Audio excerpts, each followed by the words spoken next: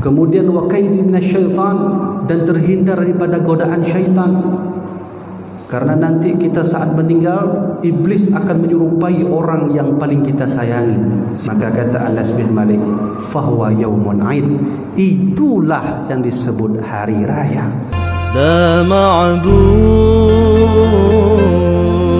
illallah, la ilaha illallah. Maka demikian juga orang berpuasa. Kalau selama berpuasa mau melakukan taatan kepada Allah, maka Allah berikan hari raya fitrah. Maka perlulah ini disampaikan karena pada hari ini banyak orang yang mengamalkan labisul jadid. Hari raya itu identik dengan baju baru. Maka kata ulama, laisal aid liman labisahul jadid. Hari raya itu bukan pada orang yang memiliki baju baru. Walakinnal aid, akan tetapi hari raya itu adalah ta'atan tazid, ketaatan kita semakin bertambah. Itu yang disebut hari raya. Pertanyaannya, silahkan bertanya kepada diri masing-masing. Sampai hari ini, di detik ini, apakah keimanan kita bertambah selama berpuasa? Apakah ketaatan kita bertambah selama berpuasa? Kalau iya, tanda bahwa hari raya sudah ada untuk kita, hadiah dari Allah Subhanahu wa taala. Kaum muslimin rahimakumullah. Tapi sang khatib ingin sampaikan, ada 5 hari raya yang melebihi hari raya dari hari raya yang lain.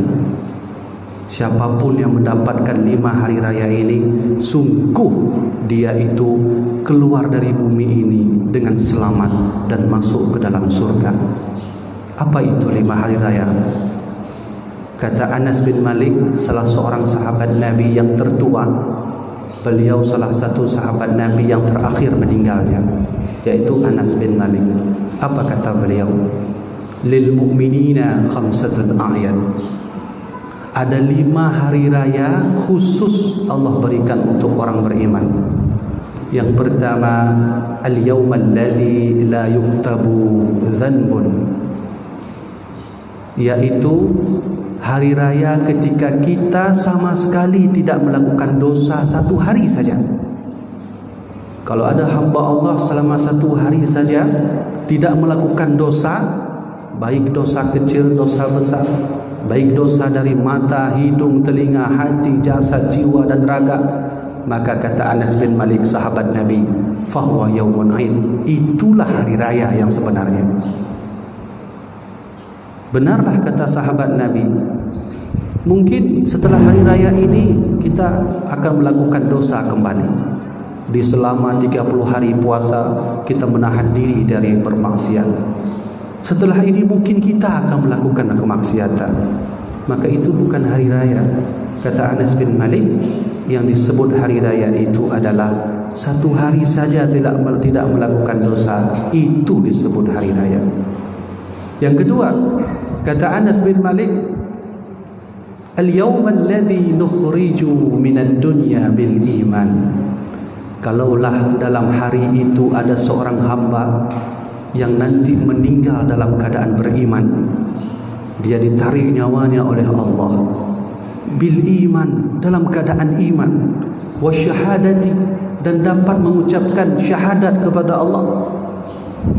Kemudian wa kaidi minasyaitan, dan terhindar daripada godaan syaitan. Karena nanti kita saat meninggal, iblis akan menyerupai orang yang paling kita sayangi. Siapa itu? Mungkin ibu kita yang kita sayangi. Maka iblis itu akan menyerupai ibu kita dan akan memberikan air saat kita sakratul maut.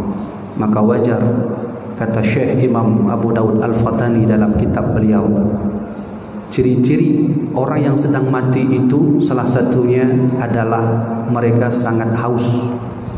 Coba lihat bagaimana orang mati yang sedang sakratul maut, mereka itu dalam ujian yang paling berat. Salah satunya akan merasa haus yang sangat bersangatan. Bahkan ada riwayat, kalaulah 1 laut diberikan kepada mereka yang sedang sakratul maut, yang sedang haus, itu tidak cukup jumlahnya. Ini ujian. Maka kata Anas bin Malik, hari raya yang kedua itu adalah hari raya di mana nanti kita menghadap Allah, kita dalam keadaan orang yang beriman, wasyahadah, dan bisa mengucapkan asyhadu an la ilaha illallah wa asyhadu anna muhammadar rasulullah. Dan terakhir, min kaidi syaitan, kita terhindar daripada godaan syaitan. Maka kata Anas bin Malik, fahuwa yaumun aid, itulah yang disebut hari raya. Terakhir, yang ketiga, kata Anas bin Malik, al-yawm alladhi yujawizu sirat, hari di mana nanti kita selamat dari titian siratal mustaqim, yang katanya jembatan itu lebih tipis daripada rambut dan lebih tajam daripada pedang. Semua kita akan melalui itu, kaum muslimin, termasuk sang khatib sendiri, tak terkecuali mungkin para nabi dan rasul. Semua kita akan melalui itu. Di bawah jembatan itu Allah letakkan neraka yang sangat panas. Kalau Allah tak menyelamatkan kita, niscaya kita mati, disiksa dalam neraka. Maka kata Anas bin Malik, orang yang selamat dari titian siratal mustaqim, kemudian selamat daripada min ahwalil qiyamah, daripada hari kiamat, fahuwa yaumun aid, itulah hari raya namanya. Maka wajar kata Rasulullah, seburuk-buruk umatku adalah umatku yang menyaksikan hari kiamat langsung. Jarak kita dengan Rasulullah itu 1400 tahun. Sedangkan kata Imam Hanafi Al-Baghdad mengatakan tidak jauh 1500 ke atas terjadi kiamat. 1400, sekarang posisi kita 1441. Sedangkan menurut Imam As-Suyuti dan Imam Hanafi, kiamat itu tak melebihi 1500. Kalaulah kita hitung-hitung, 1441 jarak kita dengan kiamat adalah kisaran 63, atau mungkin kita genapkan 80 tahun lagi. Wallahu a'lam, hanya Allah yang tahu itu. Tapi walau demikian, sudah banyaklah terjadi tanda hari kiamat hari ini. Coba lihat bagaimana simbol-simbol Dajjal diletakkan di media-media kita, dengan simbol mata satunya, dengan simbol piramidanya. Itu tanda bahwa fitnah Dajjal sudah muncul di tempat kita. Coba lihat bagaimana Rasulullah pernah berkata, Imam Mahdi tak akan pernah turun sebelum ada benda besar yang melewati bumi. Hadis ini sang khatib tak hafal, tapi sang khatib hafal referensinya. Silahkan buka kitab Al-Imamul Muntadhar karya Syekh Imam Ibnu Hajar Al-Haytami. Coba lihat, Imam Mahdi tak akan muncul sebelum ada benda besar yang melewati bumi. Dan itu terjadi, kaum muslimin, tahun 1984. Di sisi lain Rasulullah bersabda, tidak akan muncul kiamat sebelum terjadinya 2 gerhana berturut-turut. Dalam 2 tahun terjadi gerhana terus berturut-turut. Dalam kitab itu juga, Qaul Mukhtasar fi Imamil Mahdil Muntadhar karya Syekh Ibnu Hajar Al-Haytami. Apa itu sudah terjadi? Sudah. Tahun 1981. Kita sekarang mempunyai smartphone, ada HP, silahkan buka rincian data itu. Terbukti tahun 1981 gerhana muncul pada bulan Ramadan, tanggal 14 Ramadan. Kemudian terjadi sekali lagi di hari yang di bulan yang sama, di tahun yang sama, yaitu tanggal 28 Ramadan. 2 kali terjadi gerhana. Tidak sampai di situ saja, kaum muslimin. Tahun 1982 ditunjukkan lagi gerhana oleh Allah, tepat juga pada bulan Ramadan, yaitu pada tanggal 15 Ramadan, dan sekali lagi gerhana terjadi pada tanggal 29 Ramadan. Jarak 1984 dengan jarak kita 2020. Berapa tahun itu? Kalaulah kata Rasulullah tak akan muncul Imam Mahdi sebelum terjadi gerhana, gerhana sudah terjadi. Pertanyaan besarnya, apakah Imam Mahdi sudah lahir? Wallahu a'lam. Dengan data yang kita dapati, sesungguhnya Imam Mahdi sudah lahir, kaum muslimin rahimakumullah. Berapa umur beliau? Wallahu a'lam. Tapi Imam Mahdi sudah lahir. Mana bukti bahawa Imam Mahdi sudah lahir? Kapan dia diangkat oleh Allah nanti menjadi Imam Mahdi? Silakan buka kitab Mukhtar Al-Hadis. Ada hadis Rasulullah, "Idza ra'aitum ahmara min qibli al-masyriq fi syahri Ramadan fadakhiru ta'aman ala sanatikum." Kalau engkau melihat ada warna-warna merah di langit sebelah barat di bulan Ramadan, fadakhiru ta'aman, simpan makanan. Sahabat bertanya, untuk apa kami simpan makanan Rasulullah? Fadakhiru ta'aman ala sanatikum, karena setelah ada warna itu di langit akan terjadi kemarau setahun setelah masa itu. Coba buka kitab Kashful Ghaibiyah. Tanda Imam Mahdi itu muncul adalah setelah terjadinya kemarau selama 3 tahun. Sekarang wallahu alam, silahkan buka data Badan Amerika Serikat bagian astronomi menyimpulkan kemarau akan terjadi di dunia pada tahun 2023. Wallahu alam, kita kembalikan semua kepada Allah. Yang ingin sang khatib sampaikan adalah orang yang bebas dari hari kiamat itu adalah hari raya yang Allah berikan. Yang keempat, kata Anas bin Malik, yang disebut hari raya itu adalah al-yawmal ladzi yudkhalu fihil jannah. Orang yang bisa masuk surga, siapapun itu, mau orang miskinkah dia, orang kayakah dia, kalau masuk surga, kata Anas bin Malik, fahuwa yaumun aid, itulah yang disebut hari raya. Terakhir, yang kelima, kata Anas bin Malik, ada satu hari raya yang melebihi 4 hari raya yang tadi, dan hari raya ini tidak ada tandingannya. Inilah hari raya yang sebenar-benarnya, yang tak ada nilainya yang lain dan tak ada bandingan yang lain. Apa itu? Al-yawmal ladzi yundaru fihi ila rabbih.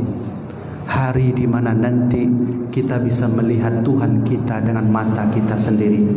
Hari di mana nanti kita bisa melihat Allah dengan jasad kita sendiri. Hari di mana nanti kita bisa melihat Allah dengan mata kita, dengan jasad kita, dengan ruh kita. Maka kata Anas bin Malik, fa huwa yaumun aid, itulah hari raya yang sebenar-benarnya hari raya. Maka Allah berkata, maliqa'i, siapa yang ingin berjumpa denganku, fadhkuru dzikran katsira, maka ingatlah aku sebanyak-banyaknya. Siapa yang ingin berjumpa dengan Allah, fadhkuru dzikran katsira, ingatlah aku sebanyak-banyaknya. Maka kaum muslimin rahimakumullah, inilah hari raya yang puncak. Tak ada lain hari raya yang lain daripada hari raya kita bisa berjumpa dengan Allah. Apalagi kita bisa berjumpa dengan Rasulullah sallallahu alaihi wasallam. Kaum muslimin rahimakumullah, maka di sini kami simpulkan apa maksud yang ingin kami sampaikan di sini. Kaum muslimin, tak lama lagi kita akan menjalani yaumul qiyamah, hari kiamat. Tak lama lagi kaum muslimin. Kalaulah memang badan NASA itu benar apa kata mereka, kita kembalikan semua kepada Allah. Wajib kita kembalikan kepada Allah hal-hal yang gaib. 2023 terjadinya kemarau. Maka kalau itu terjadi, cocok sudah dengan hadis Nabi, cocok sudah dengan pendapat Syekh Daud Al-Fatani dalam kitab beliau Kashful Ghaibiyah. Ingatlah kalau itu terjadi, kata Rasulullah, fadakhiru ta'aman, simpan makanan, karena nanti akan terjadi yang namanya kemarau. Jarak 2023 dengan kita itu 3 tahun lagi. Maka wallahu alam, kata Imam Syekh Daud, umur Imam Mahdi ketika diangkat nanti adalah 40 tahun. Ada ulama menyebut 50 tahun. Sekarang berapa umur beliau? Wallahu a'lam.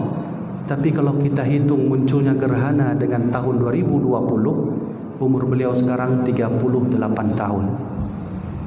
Kita minta kepada Allah, mudah-mudahan ya Allah, kami semua selamat di hari akhirat nanti.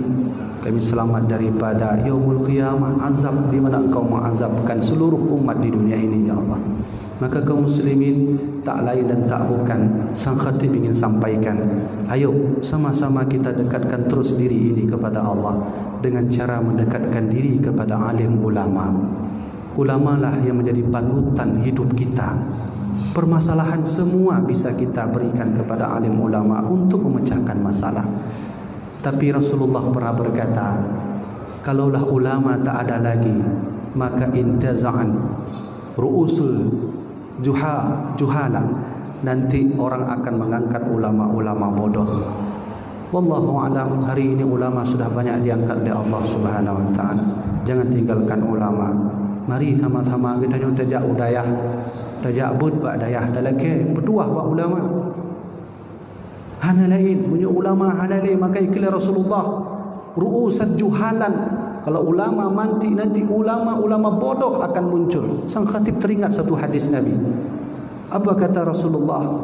Nanti di akhir zaman akan muncul hudathul asnan, kaum yang masih muda umurnya, sufaha'il ahlam, tapi kaum itu memiliki pemikiran yang bodoh.